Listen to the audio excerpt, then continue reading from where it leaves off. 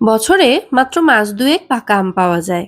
আর এই সময় পাকা আম দিয়ে আমরা কত রকমের খাবারই না বানিয়ে থাকি। এগুলোর মধ্যেই ভীষণ টেস্টি একটা মিষ্টি হলো আম দই।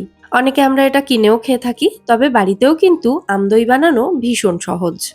আজ এই আম দইয়ের রেসিপিটাই ছোট্ট করে শেয়ার করি আপনাদের সঙ্গে। ছোট্ট করে মানে ডিটেল রেসিপিটাই দেখাবো। তবে যেহেতু প্রসেসটা ছোট, তাই ভিডিওটাও হয়তো একটু ছোটই হবে। তো প্রথমে দুটো হিমসাগর আম নিয়েছি। চেক করে নেবেন আমগুলো যাতে খুব মিষ্টি হয়। ভালো মিষ্টি আম হলে আম দইয়ের টেস্টও কিন্তু খুব ভালো হবে। তো দুটো আমেরই খোসা ছাড়িয়ে ছোট ছোট টুকরো করে কেটে নিয়েছি। এবার এই আমের টুকরোগুলোকে মিক্সার জারে দিয়ে দিচ্ছি, এগুলোকে ব্লেন্ড করে নেব। একেবারে মিহি করে ব্লেন্ড করব যাতে আমের পাল্পটা একদম স্মুথ হয়। তো এরপর একটা ফ্রাইং প্যান গ্যাসে বসিয়ে তার মধ্যে আমের এই পাল্পটা ঢেলে দিলাম। দিয়ে এটাকে 2 থেকে 3 মিনিটের জন্য একটু রান্না করে নেব। হিমসাগর ছাড়া অন্য যে কোনো আম ব্যবহার করলে আমের এই পাল্পটা রেডি করার পর একটু ছেঁকে নেবেন।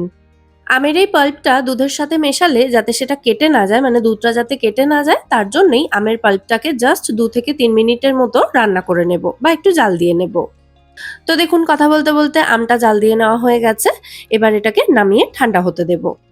আর এটা নামানোর পর, মানে আমের পাল্পটা ফ্রাইং প্যান থেকে নামানোর পর ওই ফ্রাইং প্যানের মধ্যেই আমি এখানে 1/2 লিটার ফুল ক্রিম দুধ অ্যাড করলাম। দুধটা আমি আগে থেকে জাল দিয়ে রেখেছিলাম। তো দুধের মধ্যে সরটাও আছে, দেখতেই পাচ্ছেন। এবার আবারও দুধটাকে 5 মিনিটের জন্য জাল দিয়ে নেব।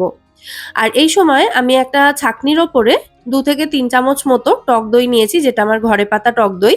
যদি দোকানের টক দই হয় 2 চামচ নেবেন। তো দইয়ের জলটা যাতে ঝরে যায়, দইটাকে ছাঁকনির ওপরেই রেখে দেব। আর এদিকে এতক্ষণে 5-6 মিনিটের জন্য দুধটাকে আবারও ফুটিয়ে নিয়েছি আমি। তারপর এর মধ্যে 75 গ্রাম মতো চিনি অ্যাড করলাম। আমটা যেহেতু ভীষণ মিষ্টি ছিল, তাই এর বেশি চিনি কিন্তু প্রয়োজন নেই।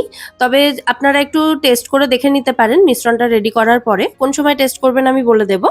টেস্ট করে দেখে যদি মনে হয় মিষ্টি আরেকটু দিতে হবে, তখন একটু গুঁড়ো চিনি অ্যাড করতে পারেন।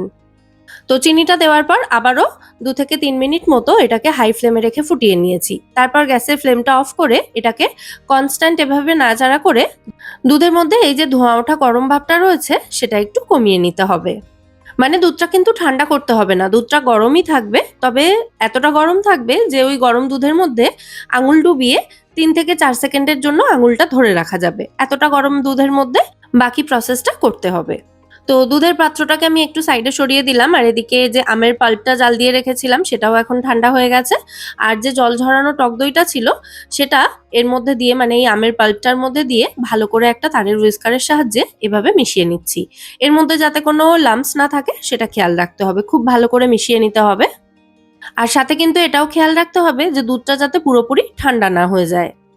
তো আমার দইয়ের এই মিশ্রণটার মধ্যে এবার গরম দুধটা ঢেলে আবারও সমস্ত কিছু একসাথে খুব ভালো করে মিশিয়ে নিতে হবে। এই সময় মিশ্রণটা একটু টেস্ট করে দেখে নিতে পারেন যে এর মধ্যে মিষ্টির পরিমাণ ঠিক আছে কিনা। আর খেয়াল রাখবেন টক দইয়ের পরিমাণ যদি বেশি দেওয়া হয় তাহলে যে আম দইটা আমরা তৈরি করছি সেটাও কিন্তু একটু টক হবে।